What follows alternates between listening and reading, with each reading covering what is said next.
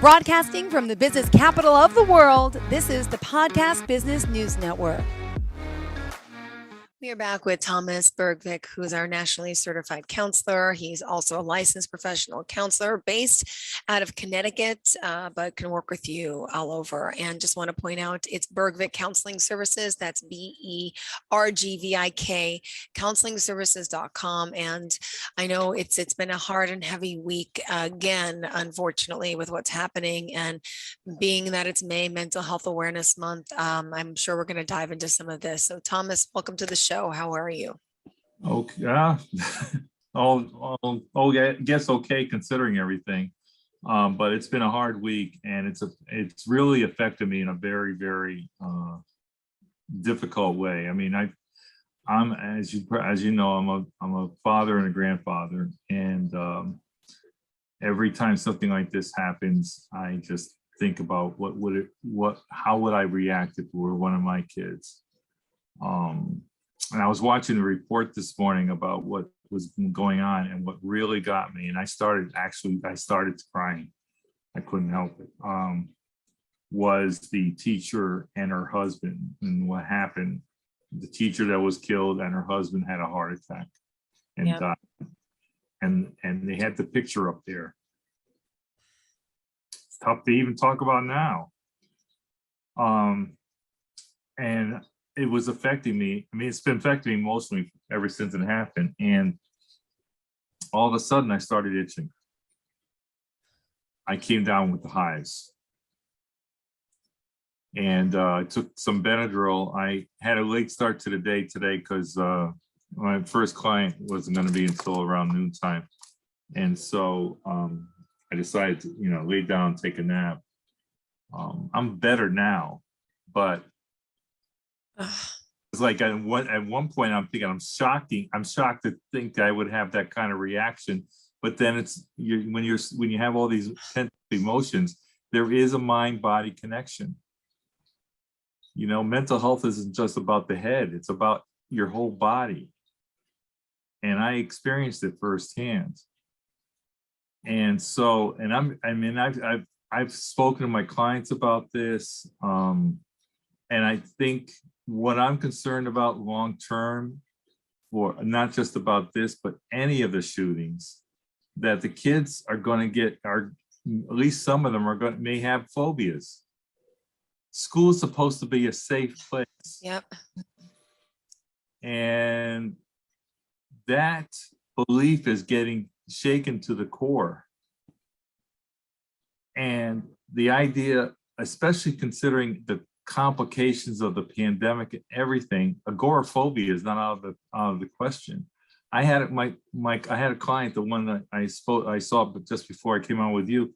He's a teacher, and I was talking about all of these issues, and I said, I don't know about you, but I don't think I'm really being overly dramatic about this. I don't think I'm overstating this issue. I really do think that kids are going to be affected in a way that we I guess the future will only tell. And this all could have been prevented. As Chris Murphy and other senators have said, that we have mental health issues all over the world. And to blame it on mental illness does not explain it. We don't have this problem anywhere else in any other country. We have 400 million weapons in this country, more than we have people. Why? Joe Scarborough said the other day that one of his friends, who's an NRA member as well as Joe Scarborough is like, you don't need an AR-15 to shoot a deer. And those poor parents needing DNA to identify their children. This was like the exact same scenario that we were dealing with at Sandy Hook. Sandy Hook, yeah, which is close to home for you in Connecticut. Yeah, absolutely. And by the way, if I haven't spoken, and I may not have spoken about this, my oldest daughter's one of my oldest daughter's best friends, her husband is a policeman in Newtown, and he was one of the first responders. And he has had PTSD from that. I used to play basketball. I used to play pickup basketball on the weekends at Newtown High. And one of the guys that played there was a teacher who apparently was teaching in that same school. Thank God he wasn't hurt, but I'm sure he was affected. You don't survive this and not be affected. And it doesn't, I don't understand how any human being, I don't care what party they're from, can just say gun control is not the answer. Really? I don't want to hear about it's people killing people, not guns killing people. Well, if you don't have the weapons, you're not going to be able to kill them as quickly and as demonstrably as this guy did. There is just, I'm sorry, just no excuse for why we're going through what we're going through. It's got to stop. Yeah. We as a country can't deal with this much longer. We're going through a nationwide, I think, frankly, I think the whole country is getting PTSD from this. Because if you're a parent or a grandparent like I am, or just a parent, a human being, whether you have kids or not, if you can't be empathetic and understanding of this situation, then you're not human. And I know I'm getting emotional about this, but I can't help it. Yeah. When is this going to stop? You know, I give money all the time. I mean, I'll admit it. I give money to the Democrats for a lot of different issues. This is at the top of the list. Do we care about life or not? And I don't want to hear about pro-life. Because, you know, on the one hand, you're saying, well, we don't believe in abortion, but you allow the guns to go out there. So that's killing people. Exactly. So contradictory. Yep. I know, I know I'm a little bit emotional about this, but how can you not be? How can you not be?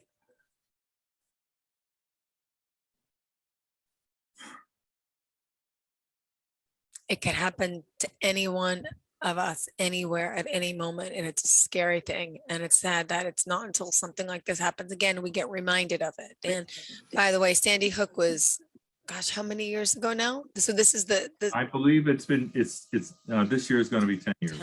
So this is the second deadliest shooting. Yes, yes. And what's bothering me just about it's the whole chain of events, and maybe you've heard further, but there was like a 40-minute delay, right, with getting inside of the classroom. Up to over an hour. I mean, the 911 calls were, I think it started at 12:30, 11:30. No, it was 11:30, and they didn't get. There's a SWAT team. There's a mile down the road from the school. Where were they? It took over an hour for any backup policeman. And the protocol is if you have police on the premises, that you go in with what you have. And for some reason they were standing outside the hallway. They said the door was locked. They needed a master key. I mean, I understand. I mean, you shoot a door down. You go in however you can get in there. And there was a door open with a gunman. He was able to get through an unlocked door. Which is another issue, yeah. You get in the school, at least you're a distraction. Because they can't ignore you. You've got guns too.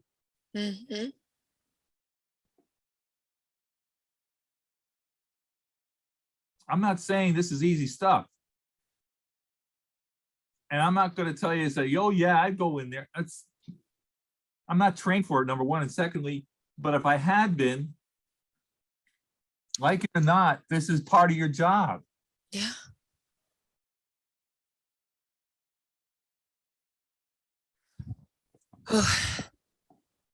And we have people who have been trained in police law enforcement from other communities, both active and retired, and said that everything that wasn't done should not have happened.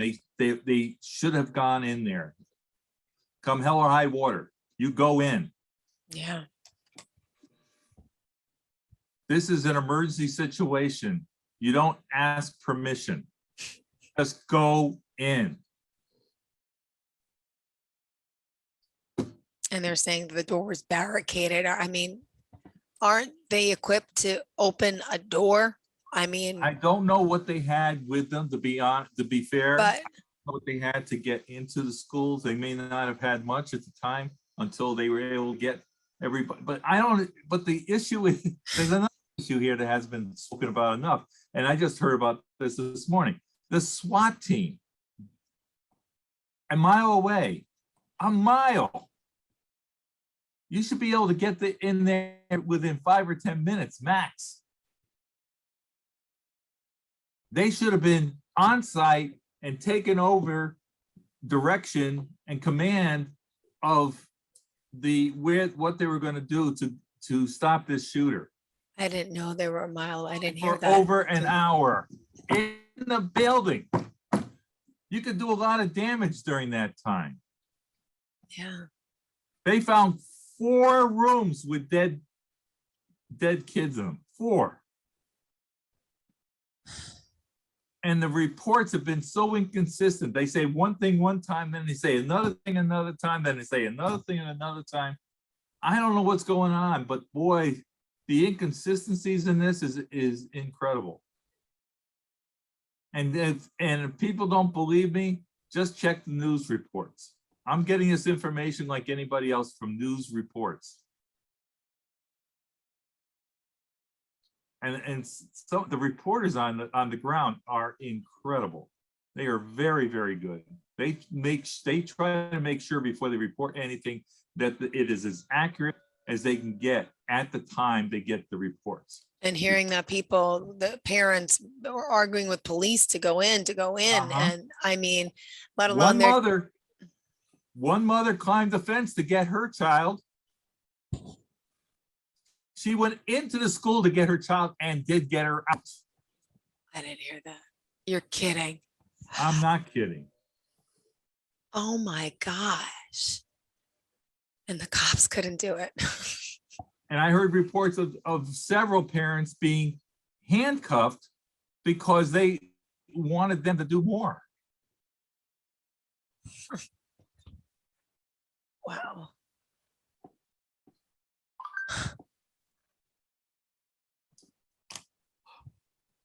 But it pales in comparison to the fact that this should never have gotten to this point. Mm-hmm. The way this kid basically told everybody who was paying attention on Facebook this is what he was going to do. He was going to shoot his grandmother and then go into some elementary school and then start shooting kids. How sick can you be?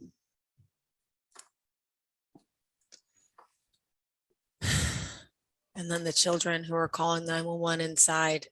Mm-hmm. I mean, the more you hear, the worse it gets. Oh, it's 78 minutes, they were saying, is the time that elapsed. Now it's 78 minutes. Yep, before police were there. God. 78, yeah. The New York Times, it just popped up on my phone. I'm telling you, if you were there, it probably felt like 78 hours. It just, I mean, it's like forever. Wow. Wow. And you're a parent. How old is your? 5 and 7. I have 2 boys, 5 and 7. They were talking about second, third, and fourth graders. Your oldest could have been one of those victims. Yep. And they do the lockdowns. They just did a drill last week in school, and they do drills, Yeah. and hiding and barricading into the corner or the bathroom, and they, locking the door, and, it's part of the protocol. And it's, after Sandy Hook, obviously those types of drills are necessary, but you just never think it could happen to you. And these Well, the protocol, the current protocol was developed after Columbine. Yes, correct. You're right. And all of a sudden they do a 180 and forget everything they've been taught. The schools near me in New York, the door is locked. I mean, unless you're shooting through the doors, you can get in. Was there any to talk about how we got in? I heard, did he just walk in? My guess is, and I may be wrong, but I think my guess is that it was an oversight. A deadly one, unfortunately, but it was still it could have very well. I'm giving them the benefit of the doubt because I'm doing enough attacking as it is. But shooter drills to show you where I was when I was a kid, and this is ancient history, I know, but they only had to do fire drills. Fire drills. Stop, drop, and roll. Yep. For a while there, we did the duck and cover drills. The bombing. Yeah. Yep. Exactly. Under the desk. Yep. So from that perspective, things haven't gotten any better. They've gotten worse. All because of people being able to obtain guns so easily. AR-15s, nobody needs them except for the military. And by the way, there was a report about the guy, and actually it's not a report, it was a book, that when the guy developed the AR-15, it was designed to kill people efficiently. It was a weapon of war. So what is it doing on the streets? And how could this kid also have access to body armor? Think about that. Any civilian that is purchasing body armor is not doing it because they're trying to defend themselves from wildlife. We're the only animals on earth that know how to shoot a damn gun.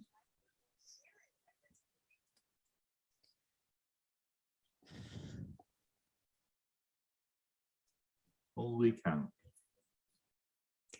I'm ranting and raving for 20 minutes. Okay. And then I saw a clip of the little boy, I think he was 8, talking about how he survived it and what he saw. Did you see that? I saw a few clips from what was it? The little boy that said he was inside one of the rooms and he saw the shooter and he picked up the phone to call and he put it down and I don't know what happened, but obviously he's alive. I only saw a clip of it this morning, but I mean, to have these kids now speaking about it, what is damage is that going to do to these children? It's unthinkable. Yeah, and so I was telling my client, the teacher, I said, all these kids are going to be going through therapy for the rest of their lives. I'll be shocked if they aren't. Not because of anything other than the fact they've gone through this horrific experience. Some of them will develop PTSD. Maybe most of them will. I'm not trying to bestow anybody on. I don't want any of them to have it, but I know how this works. The flashbacks, the nightmares. the what's the word I'm trying to, you're hypersensitive to anyone getting close to you. Mhm. It's all part of it.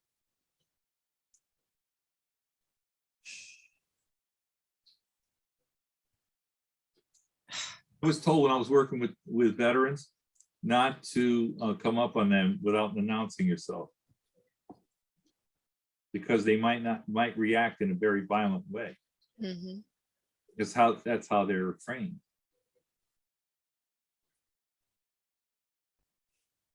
I could see children getting like hysterical if I were to sneak up on them like that. Triggering events. And there's so much with politics and law that has to change. I mean, that's what it comes down to. It doesn't. Yeah, I was just going to say, my belief in serving in whatever office you're in is you were there for the people. You are representing the people. Your job is to make the country better and hopefully safer. I think we've lost that ability right now. Mhm. I think it's all about maintaining your power.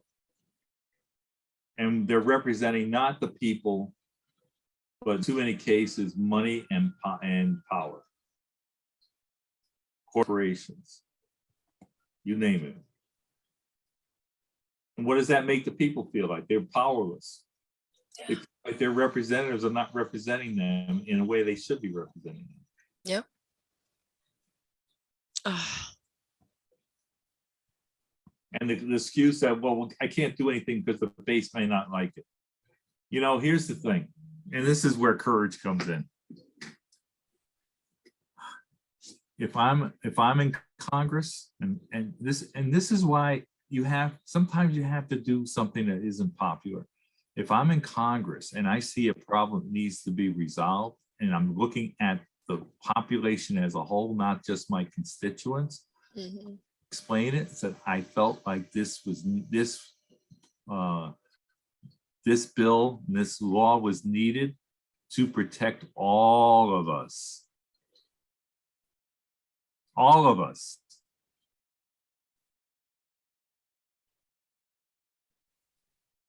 Parents will do anything to protect their children.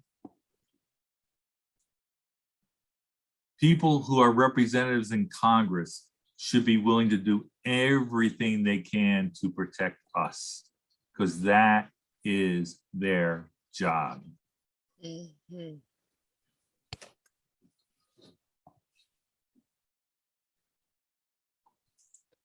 So hard. Even parents were asking to take the cop's body armor, right? And to go in, asking for their vest. I heard that as well. Picture being outside the school, not being allowed in. You're begging the officer for his gear Absolutely. to go in And because by you're the willing to way, go in. one of the teacher who lost her husband I can't believe. heart attack, she gave up her life protecting the children. She put her body on kids. That is the ultimate in terms of self-sacrifice. Mhm. I would hope we would all do that. Yeah. I would like to think I would do that. Mhm.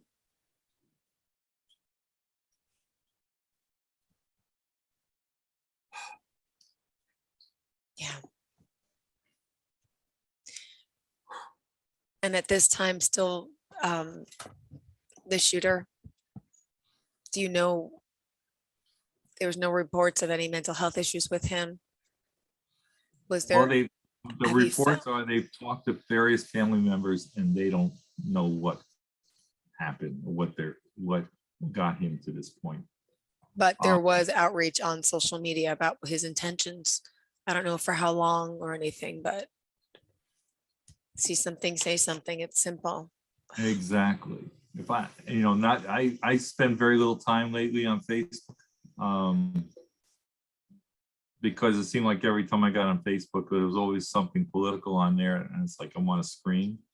Yeah. But if I were to see that, I think I would have done everything I could to make sure that law enforcement knew about it. Absolutely. Oh, what a tragic day. Yes. And on top of what happened in Buffalo, we don't want to forget that. I know. I know. These are, I'm going to say this in closing. I'm going to say, I think, unfortunately for us, I think we're the most violent country on the face of the earth. Mm-hmm. And yes, I know Russians are bombing and shooting rockets into Ukraine as we speak. But this is widespread in this country. This is damage done to other citizens.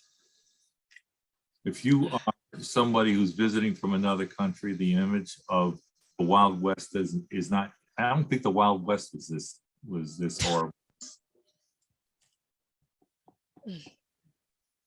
And by the way, most of the time, there were two people involved and they had weapons. Each had weapons. Not that that made it good, but at least the ability to defend oneself. We're talking about people who are innocent here and don't have weapons. And I think that's enough said right there in terms of just describing how horrific all of this has been. And if someone's seeking treatment, help, questions, I mean, where do they go? I mean, where are these families going to? I mean, I'm assuming the community surrounding them and there's people helping, but even the people who weren't there directly and are affected like us, Absolutely. where do you go? And well, I mean, after Sandy Hook, I wasn't licensed at the time, so I wasn't able to go in and do crisis counseling. But if I were in Texas right now, I wouldn't hesitate. I would just have to tell my clients I'm going to be shutting down for the next week or two and do crisis counseling. Mm-hmm. Because these parents and everybody who was involved in that situation, they need to be able to speak to somebody and be able to talk about how to move on from this. And the answers aren't easy by any stretch of the imagination. But as Al Sharpton said this morning, one of the things you must do is find a way to use this situation to not forget but to remember, and do.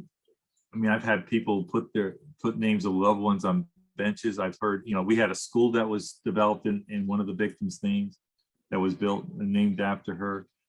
Anything that you feel that would be best representing your lost one is one way to remember. It's not going to take away the pain by any stretch of the imagination, but if you can find something that will help you move on from this and to find something positive from this, then it will help you and everybody else around you to move on. Thank you for talking about this heavy topic today. It's not easy for anyone. And if someone does need help in our area and they want to reach out to you, whether it's whether it's any type of issue, because you work with people for anything, right? Counseling, marriages, relationships. But you can contact Bergvik Counseling Services, LLC. I have a website on the computer. You'll be looking there. You can reach me by phone, 203-917-7674. And if I can fit you in, I will do that. And things have been getting tight lately, but I'm getting calls. I'm been able to fit people in as much as I can. And by the way, interestingly enough, I have somebody who's going to be working with me part-time starting very, very soon. And so, and he's an excellent therapist as well. He has experience working in a variety of different areas. So if I can't help you, perhaps he can. But regardless of who you call, if you need help, contact somebody. Perfect. Thank you so much for today. It's a hard topic to talk about. And I would like to say, I hope you get to enjoy your extended weekend. It is Memorial Day. We got to think about all those who served. Absolutely. And I guess it's a Memorial Day. We're going to be remembering not just those who served our country, but also lives we've lost the past 2 been weeks. Yep. sacrificed. Yeah. So, Well, thank you, Thomas. thanks a lot, Jill. Thank you. Have a good day. Appreciate it. And All right, chin you up. too. We'll talk soon. Are you looking for even more of the podcasts and hosts that you love? The Podcast Business News Network is proud to announce that you now have even more ways to listen live. Check out the MyTuner Radio, online radio box, and Simple Radio apps on iOS and Android, or find us online. Search for Business News Network on mytuner-radio.com, or search Podcast Business News Network on streama.com and onlineradiobox.com/US. Take your podcasts on the go and don't miss a minute of the action.